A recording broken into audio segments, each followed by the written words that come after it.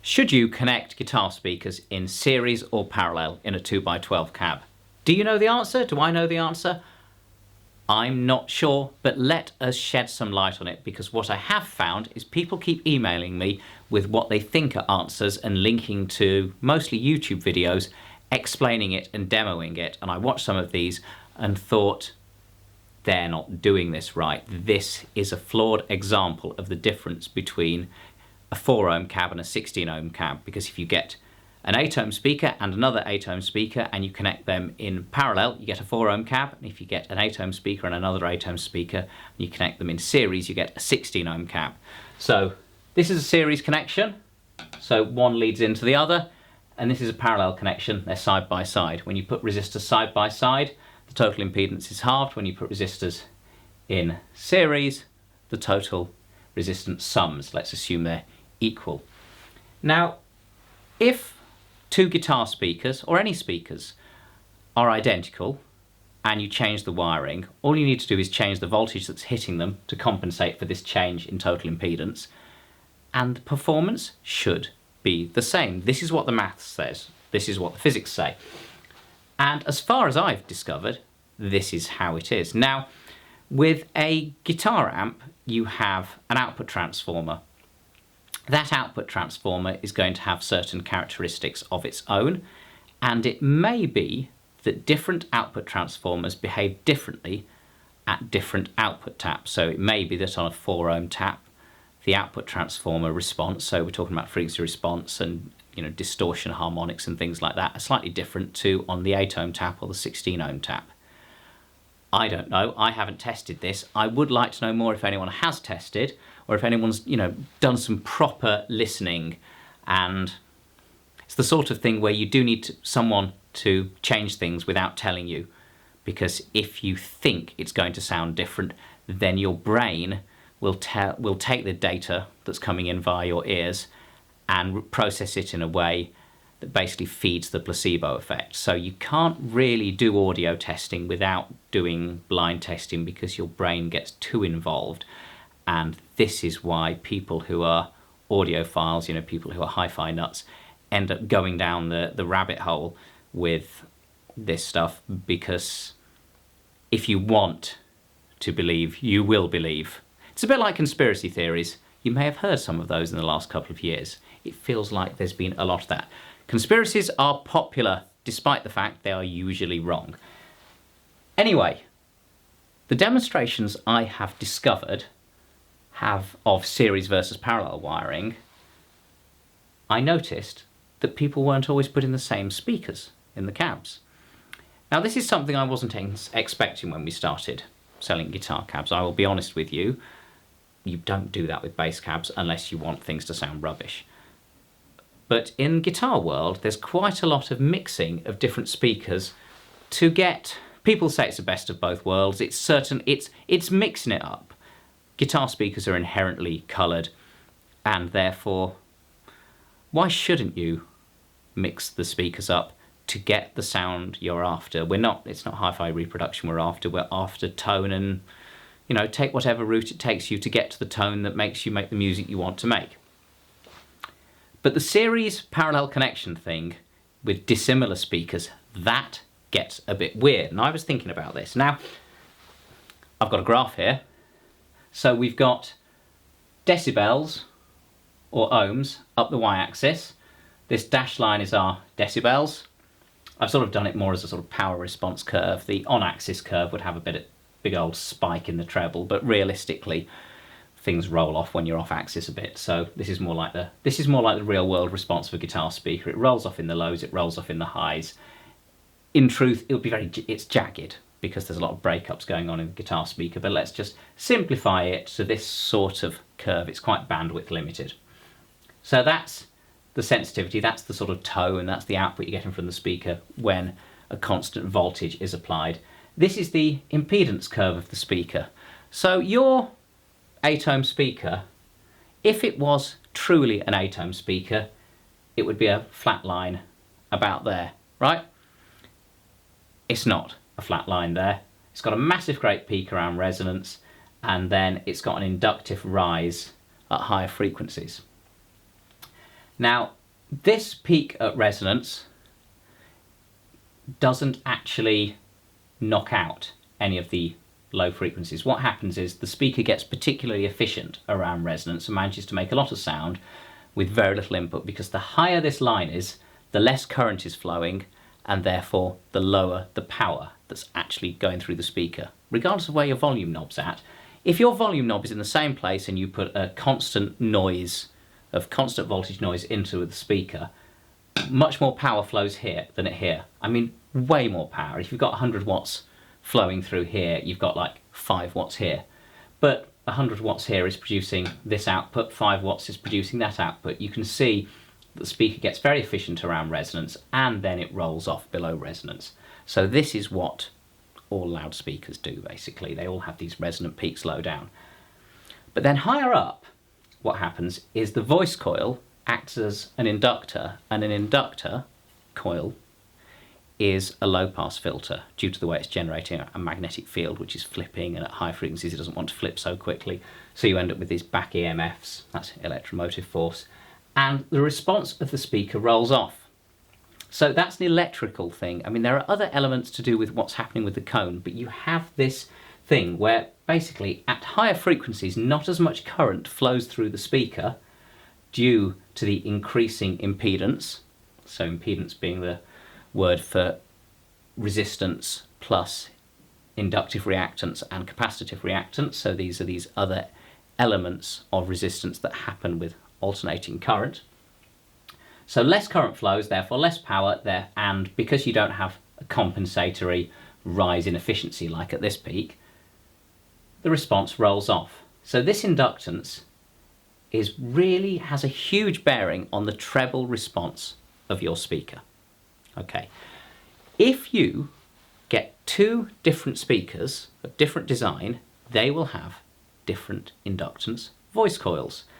I mean, speaker inductance is a little complicated in that you have kind of an inductance and a sort of semi-inductance that you can model because it's a moving device, and there's quite a lot of metal around that modifies the inductance of that coil because it's magnetizing pole pieces and stuff like that. But we can approximate it as this inductance and this inductive rise in impedance.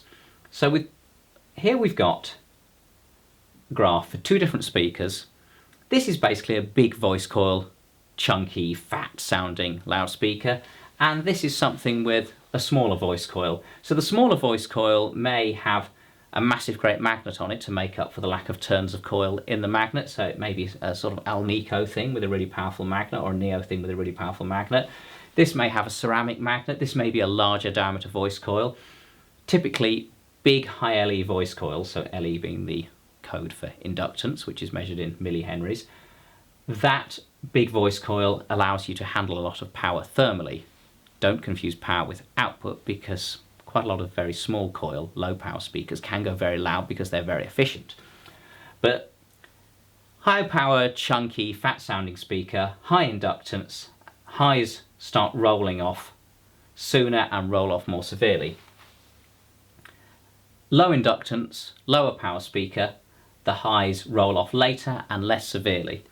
And this is why you will come across big fat sounding speakers for heavy tones, which are great with really distorted sounds because of this roll off, and they're good at handling a lot of power and going loud. And then you'll have these much more detailed sounding speakers. So this could be, say, a Celestion Redback or something like that. Big voice coil, lots of power handling, higher inductance, less highs. This could be something like a Celestion Blues, so small voice coil, lower power handling, really detailed highs. Okay? If you put them in individual cabs, so you make an 8-ohm 12 with that in, and make an 8-ohm 12 with that in, they will sound like they do, right? If you put these two speakers into a conventional 212, or say our uprising, our vertical 212, where both speakers are acting in the same way,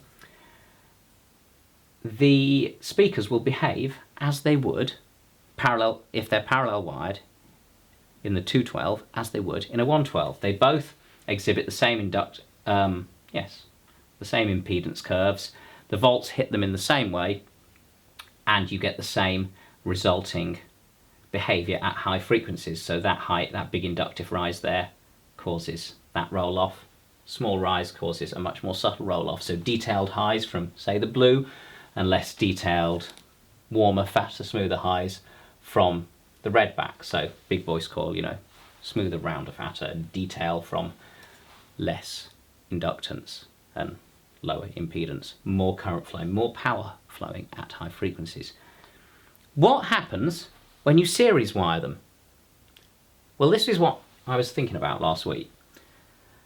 And I realised when you series wire things, you get, here's an equation to explain this. What happens is normally when the impedance goes down, more current flows. This is why you get this power equals voltage squared divided by ohms, resistance, yeah? So low impedance, more current flows, so you get more voltage, well, same voltage, more current flows, that's why the V squared thing, and you get more power. And that's why these speakers that have less impedance at high frequencies sound more detailed. But if you put them in series, then it happens the other way round. What happens is the speaker with more resistance exhibits more of a voltage drop across it because these series resistors act as voltage dividers. Yeah, I know we're getting into proper physics lessons here. So if you put your high inductance speaker, right, in series with a low inductance speaker, then the high inductance speaker's tone is changed because it has a bigger voltage drop across it, so more power flows at the high frequencies, therefore you get more highs from it. And conversely, because there is less of a voltage drop at these higher impedances up here, because the impedance is less, there's less voltage drop, therefore the lows roll off more. So what you've done by putting them in series is you've basically turned down the highs on the low inductance blue and turned up the highs on the high inductance red back. This is a big deal. I mean, there's other stuff going on when you put things in series, and there's going to be stuff happening acoustically. I just wanted to look at this from an electrical perspective because it suddenly dawned on me that I'd watched a demo video where somebody hadn't realised that putting speakers in series means they interact electrically in a really massive way that's going to massively change your tone, because it doesn't take many decibels tweakery at high frequencies with guitar to notice a really big difference. If you look at frequency response plots of a lot of guitar speakers, they all look really similar. It's only when you zoom in that you actually notice there's differences, and those differences of really small amounts sound like big amounts because there's a lot going on in the high frequencies from a guitar speaker. And when I say high frequencies, I'm not talking 10 kilohertz, I'm talking this sort of 1 to 6 kilohertz range where the inductive rise is really significant. If you've understood this, let me know. If you haven't understood this, let me know. If this makes you think, why have I wired this in series? Let me know. I'm just curious because I had this sort of thought last week when I watched a video and was like, I need to try and explain this. And I spent quite a while writing out equations on this whiteboard that were getting bigger and bigger. And I was getting quite confused because I haven't studied physics for quite a long time, and I do a lot of running a business and not as many equations. And a lot of this stuff, particularly guitar things, you plug them in or you measure or you simulate and stuff like that. Actually getting back to the fundamentals of it, you don't do that often. It's helpful to understand the fundamentals because then you understand why this stuff that's going on is going on. So yes, series connected guitar speakers will sound radically different to parallel connected guitar speakers if the speakers are different, and especially if the speakers are different, and basically the more different the speakers are, the more they're going to mess with each other's tone in weird electrical ways that you may not have considered. The more similar they are electrically, the less they will interact electrically in bizarre and confusing ways. But put them in parallel and there won't be any electrical interaction because your speaker should be a constant, your amp should be a constant voltage source, and they'll both see the same voltage, and they'll deal with the current independently like they should be dealing with it independently. Whew, that was hard work. This actually took 2 takes, which is a bit weird. I mean, I only got a few minutes in at the start before I got myself in a mess, but thank you for getting through this. You have done physics. Give yourself a gold star. And particularly if you're a guitarist, if there are any bassists watching this, I mean, please don't go down this route, because it's... You see this bit, by the way, that's a right mess with the differences in guitar speakers in series. Well, in bass speakers, this bit matters loads, because bass speakers are needing to act linearly. We've got ported or whatever boxes. We've got loads of really fine design with field parameters going on.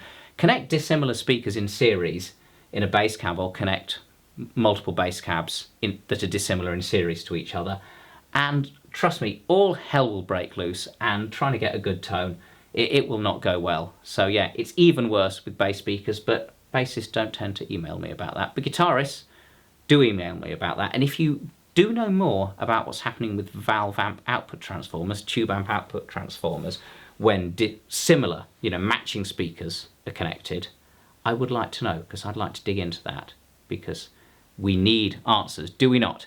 Thank you, goodbye. I've been Alex from Barefaced, and I'm not a physicist, but I'm pretending to be one.